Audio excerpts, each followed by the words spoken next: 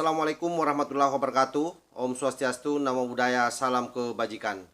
Sahabat-sahabat Tolang Sembilang yang saya hormati dimanapun juga berada. Kali ini kita akan mendengarkan ulasan dari Ali Imran, salah seorang mantan narapidana yang selama ini banyak membantu mengungkap pergerakan Indonesia.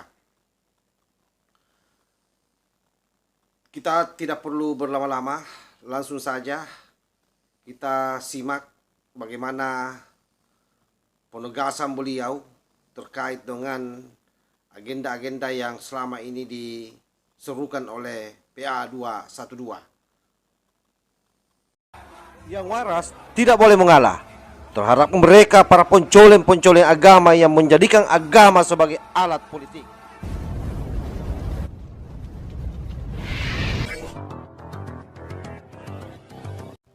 Teroris tadi, sebagai mantan harus yang jawab. Ya. Jadi begini, tadi kan belum saya singgung latar belakang teroris. Iya penting. Jadi latar belakang kami itu kan yang ngawali aksi teror di Indonesia. Kami ini adalah penerus Negara Islam Indonesia, NII, yang dulu diproklamirkan oleh Kartosuwiryo tahun 1949. Kami ini pelaku bom Bali itu generasi keempat. Nah, jadi begini, apakah pemikiran itu eksklusif atau dan lain sebagainya, itu menurut saya itu nanti malah membingungkan, karena pemikiran eksklusif itu apa toh kan gitu. Yang terpenting itu bahwa ini. Nah, kemudian akhirnya meskipun tidak sebagai penerus daripada NII, akhirnya terbawa oleh kami. Perpecahan antara kelompok yang afiliasinya ke Al-Qaeda dengan ISIS itu kan baru saja ketika jihad Irak sama Suriah itu.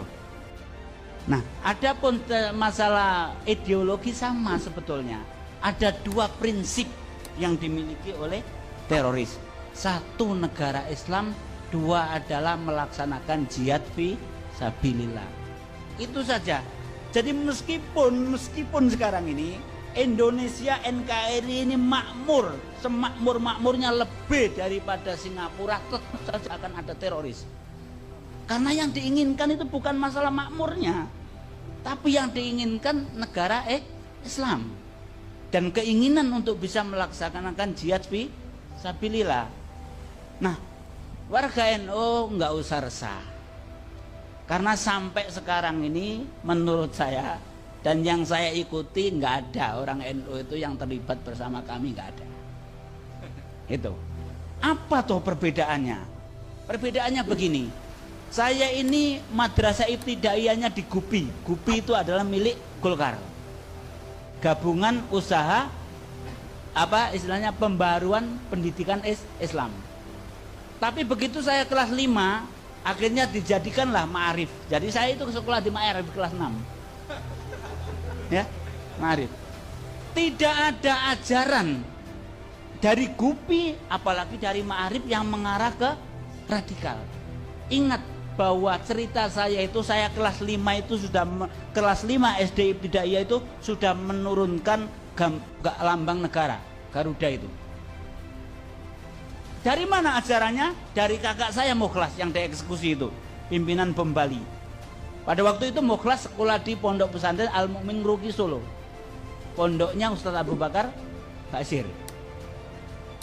Begitu Mukhlas liburan, saya ini masih kecil sudah diajari bahwa Pancasila ini tauhid. Pada waktu itu presidennya kan Soeharto tauhid.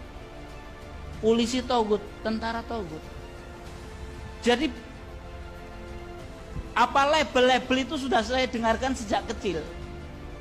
Lah Bapak almarhum itu kan Cari Sekdes. Waktu itu namanya Cari, ya harus ada foto wakil presiden plus Pancasila. Saya turunkan itu karena diajari oleh Mukhlas. Itu kelas 5 SD, saya sudah radikal. Kan gitu. Nah, sekarang ini tugas kita kan sudah ngerti itu. Jadi bahwa di situ tidak jauh.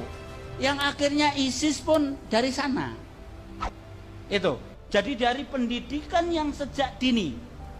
Adapun nanti misalkan dalam perjalanan ada yang dicomot itu orang yang diantaranya sekarang Arnasan yang bom di mobil.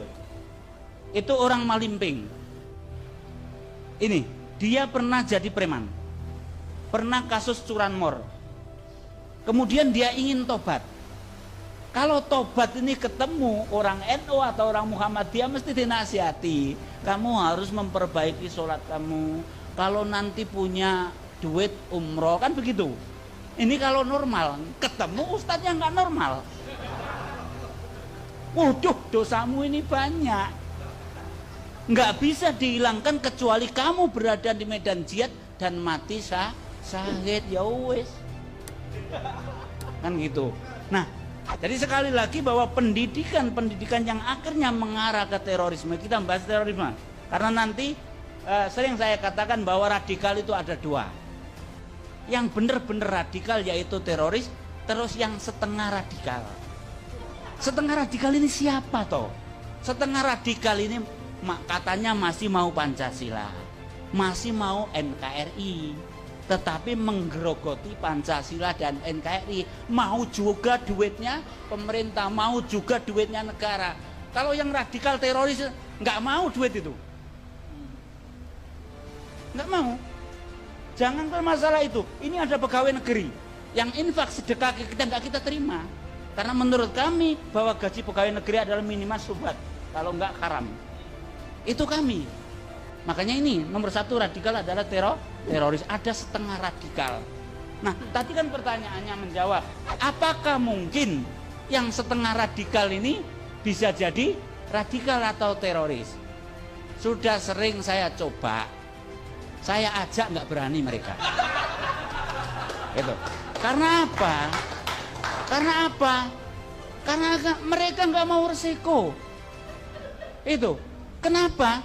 Sekarang masalah duit. Ketika kami mempersiapkan bom di Bali, itu duit sepeser pun nggak dikasih. Ini. Jadi yang memberi duit kita kalau mau makan itu bagian akomodasi Amroji sama Idris. Kita kosong, nggak dikasih apa-apa.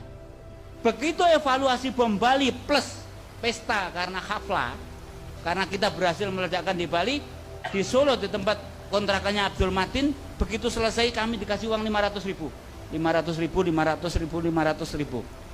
untuk mengantisipasi kalau ada apa-apa. 500.000 dari Lamongan kabur sampai mana? Jadi itu masalah dunia. Untuk radikal teroris nggak ada. Makanya yang setengah radikal itu sering saya ajak, jangan nanggung jadi radikal, ayo gabung dengan kami. Kalau mau gitu rame sudah kan gitu. Itu, nah seperti itu. Nah, jadi itu Mas, tugas kita ini bagaimana sejak dini ini kita antisipasi supaya pemahaman radikal ini tidak sampai ke apa istilahnya masyarakat kita atau generasi kita. Terakhir buat jenengan ini, tadi sempat disinggung adanya hubungan antara terorisme dengan iklim politik. Itu benar nggak ada? Misalnya ketika politik berkembang terus radikalisme. Nah jadi begini. Kalau orang normal itu yang didambakan kedamaian. Tapi kalau teroris yang didambakan adalah kerusuhan. Karena dengan adanya kerusuhan itu kemungkinan akan adanya jabha atau front jihad atau medan perang. Oleh karena itu saya kasih contoh. Ketika demo 212, mayoritas tokoh alumni Afghanistan itu sudah ada di Jakarta. Itu. Untuk apa? Untuk menunggu chaos. Jadi kalau sampai waktu itu para pendemo tidak sabar terus konslet sama polisi atau TNI, tepuk tangan ini teroris itu. Karena ada medan. Jadi itu yang dimanfaatkan oleh mereka. Jadi untuk supaya ada ini chaos. Iya. Kalau untuk terjun ke politik nggak ada. Sampai sekarang teroris nggak ada yang terjun ke dunia politik, tapi ngompor-ngompori supaya nanti terbentuk bukan negara Islam dulu tapi chaos. Nah, ini juga harus kita sabar. Oleh karena itu begitu saya ditangkap pertama kali, saya sudah sampaikan ke Mabes Polri waktu itu yang nangkap saya, jangan sampai terjadi peristiwa Ambon sama Poso. Ini yang harus kita antisipasi. Perusuhan yang bernuansa SARA inilah yang menyebabkan teroris ini tepuk tangan, dalam artian bahwa di situ ada medan jihad. Makanya jangan sampai, mohon kita bersabar. Lintas agama ayo kita bersabar, jangan sampai ada kerusuhan yang seperti itu. Nah, ini harus ditokoi oleh NU karena NU itu sudah dekat dengan semua agama. Betapa berbahayanya jaringan-jaringan paham trans internasional yang hari ini masuk di negara kita. Oleh karena itu, apapun yang menjadi agenda mereka tentu tidak terlepas dari adanya orang-orang di dalam yang menjadi jarum. Ini semakin menegaskan kepada kita semua bahwa negara kita memang hari ini itu tidak saja menghadapi persoalan ekonomi, tetapi yang jauh lebih berbahaya adalah karena persoalan ideologi. Di mana-mana hampir di seluruh dunia, ketika negara itu masih terjebak diskusi soal ideologi negaranya, maka kapan dia tidak bisa menyelesaikannya, maka yang terjadi adalah kehancuran. Oleh karena itu, kita berharap bahwa momentum 2024 betul-betul menjadi momen yang tepat untuk menyelesaikan ini semua. Tentu harapannya adalah bagaimana kita bisa mendorong pemimpin nasional yang betul-betul bisa membawahi seluruh elemen bangsa yang ada. Sekali lagi saya tegaskan bahwa yang harus dimunculkan menjadi pemimpin nasional adalah mereka yang mampu membawahi dan mewadahi seluruh elemen bangsa. Dan Allahul muwaffiq ila aqwamit thariq. Wassalamualaikum warahmatullahi wabarakatuh. NKRI harga mati. Salam Nusantara.